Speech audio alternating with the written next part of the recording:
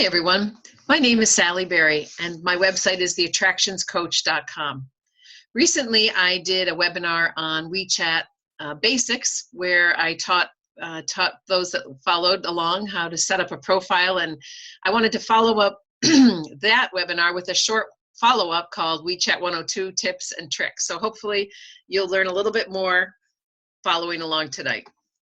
So in the WeChat 101, I taught everyone how to set up a profile and then how to add friends, both by using a QR code as well as finding other friends. Posting photos and information, because one of the things we want to be able to do with WeChat is, as far as the tourism side of things, make sure the tour guides and tour companies that connect with us can learn about our brand just by looking at our WeChat profile and learn about us as well. How to follow official accounts. And official accounts can be for businesses, hotel chains, attractions, DMOs, but they do need to be set up in China, and they are a bit more complex than just setting up a personal page. So while I don't talk about that at all, I think it's really valuable for you to learn about WeChat, so when the time comes for your tourism business to perhaps consider setting up a WeChat page, or more likely, if you're approached by businesses that say they would like to set them up for you, at least you're comfortable using WeChat, you know what it can do, and you have it set up and you can follow along with them. It's not a strange system for you to look at. All right, so let's get right into it. Now, in order for this webinar to make sense, you really do need to have WeChat on your phone and have had some time kind of poking around and working with it so you can maximize the benefits that we'll talk about today. But the first tool I want to mention is voice chat. Now, voice chat comes in handy if you get a message on WeChat and you don't have the time to stand there and type back a response.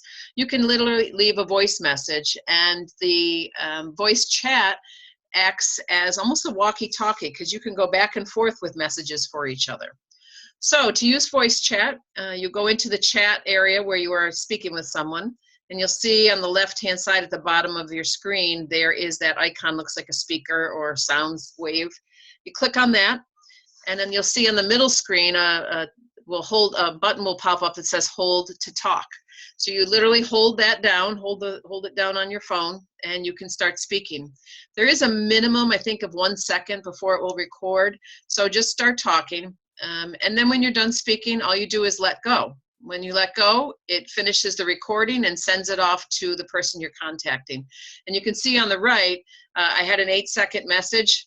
And all Jason has to do in order to listen to it is just click on that green box and the message will come through. And one of the things that really impresses me is the quality of the message. The voice is very clear. And even if I'm in areas where there's not great cell phone service, I find that those voice chats work really well. And it's easy to go back and forth if you're working on an issue or you're trying to get something. And I find that a lot of the younger tour guides prefer to use WeChat versus actually calling you on the phone, even though it does the same thing with voice chat. But what's nice is then you have a recorded message of the conversation as well. So it's a great tool to be familiar with. The next tool I want to talk about is remarks and tags. And let me tell you, this has been a godsend for me once I figured these out. Remarks and tags help you remember who people are, where you met them, and it's a great tool. So what you do under someone's contact, and I did use my friend Harry Wade with Duty Free America. I told him I was going to be using him here in this presentation. So you'll see where it says set remark and tag. So all you do is click on that, and you'll come to where the tags are. Now this is my tag, so you'll see what I've started to do is put different tags for different trade shows. So for instance, the RTO Summit in Los Angeles earlier this year, NTA in St. Louis, at the bottom, Active America China, that was just a few weeks ago. I set a tag for each of those, and then when I get a new contact, I'll just tag them with that. That will help me remember where I met them. You'll see one of my tags I have is Museum Walk-In. And what I have found is a lot of times new tour guides from new companies will come and they'll ask to meet with me if I'm in the office. And when I come out and we exchange contact information, I then go and set this as a tag, so it will remind me that I met them literally at the museum. It wasn't at a trade show or anything. So that's been very helpful. And then under remarks, that is helpful as well because you can add to someone's name. You'll see Harry Wade. His profile just says Harry Wade, but I added in Duty Free America. That made it easy to remember. And then down below, this is somewhat new. They have this new area where you can add more remarks, which is helpful, but also the add name card or photo, which I think is terrific. I'm a visual person, so if I can see a business card, I can really put a face and a name together. So I'm going to use this when I'm at my next trade show to actually take a picture of their business card and have it as part of this system as well as my regular CRM. And, you know, sometimes if you go to trade shows and you meet with a tour operator, I'm sure many of you have had this happen, is the tour operator will ask to take a picture with you. And I think a lot of them then use this and upload it to your profile. So they'll be able to have a picture of you in their profile. And I'm going to try to remember to use this more often because it really will help me remember names and faces. The next thing I want to talk about is how you can use this if someone's name is in Mandarin. And the more folks you meet, and especially if you travel overseas, their name is most likely in Mandarin, as you can see on the bottom there. And what you can do is go into the remarks and then write their name, their American name after that. So you'll see in the middle screen there, Sherry is with Sing Me Tours. Now her profile when we contacted each other was just the Mandarin characters there. So I went into remarks and I added Sherry, Sing Me Tours, and she was part of a New York State fam. So that helped me remember her name, her company.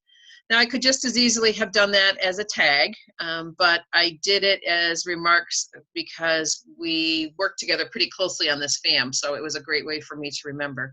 And you'll see Forrest down below is with Travel Canada, and I added that as under his alias in a remark as well instead of a tag.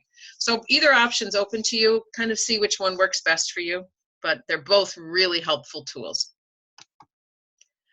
Now, translating. Again, a lot of our friends write in Mandarin. Of course, it's their native language to communicate in, so you don't have to be left behind. The way to use the translate button is to hold your thumb or finger over the message, and the buttons shown here will pop up. So you just click on the translate button and it will translate for you. It takes a second or two to translate. Now, the only caveat is it's not a terrific translation. It's about 50 to 60% accurate is my experience, but it allows you to follow the thread of the conversation. At least keeps you clued into what the conversation is. So someone asked me recently if I thought it was Google Translate that WeChat used, and I don't think it is because it really is not terribly accurate, but I'm sure it will keep improving and continue to be a helpful tool. All right, emojis. Who's got a smile on their face out there? You know, I said I feel like a teenage girl sometimes with the numbers of emojis I use in the course of a day, but emojis are a way of communicating. For the younger folks, that is a tool that they use, and it is fun and it's easy to kind of help build a relationship. So I'm going to show you where to use emojis and where those fun ones are hiding and how you can download them. So if you go to your profile under Me, you'll see there's a sticker gallery. So if you click on that, here's just a sample of some of the stickers that will come up, stickers, emojis. Most of them, the vast majority of them are free to download, so you can download away.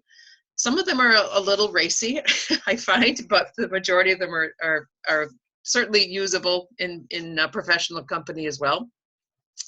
And the way you use them, over to the right, you'll see when you're chatting with someone, you'll see that smiley face. If you click on that, you'll see the traditional emojis come up, and you can certainly use them. But when you start downloading stickers or other emojis, they'll show up at the very bottom, and you'll have that gallery that you can pull from too. So I always say if one emoji is good, 2 emojis better, and 3 is even more awesome. So sometimes I find myself just, posting emojis back and forth with a tour guide, and we have a fun for a few minutes.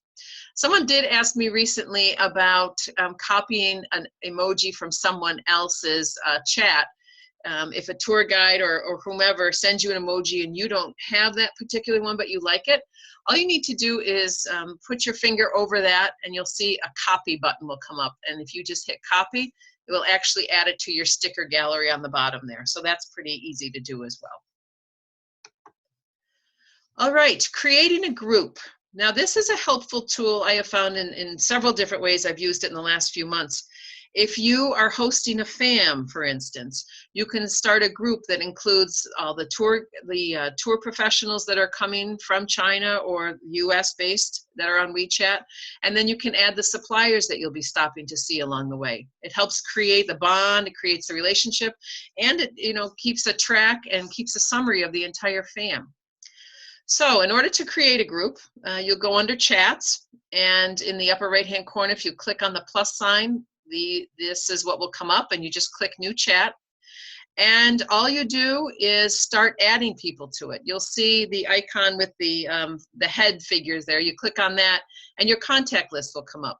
So I just added 2 people, Benjamin Maddie, which I think many people know in the tourism industry, and then my daughter, because I figured she wouldn't mind either. And so I just added those 2 as a sample and then started the group. So if you look at the right-hand screen, you'll see our group with the names on it. You can certainly add more by that plus sign that will pull from your contacts, or if people want to leave the group, you can take them out of the group as well. So a couple nice things you can do when you set up a group. You can give it a name, easy enough to do. It will have its own QR code. So that way, if you are in the physical presence of someone that wants to join the group, you can just show them the QR code, they can scan it, and then they're part of the group. A few other tools you can do with it as well. You can mute the notifications. That way, if every time someone puts a message out, you don't get notified. I found that helpful with the FAM tour that had, I believe, over 50 people in the group. Sticky on top just means that if someone posts, it comes to the top of your feed, so you get to see it that way. All right, so it's also good too, if you're going to a trade show and you want to get a group together, keep in touch with each other during the course of the trade show. We've done that before too, and that's really helpful. All right, so hopefully I've answered some questions, given you some new tips and tools. My website again is theattractionscoach.com. I post something new weekly if you'd like to see that, and then we'd love to have you come by and visit us. Thank you.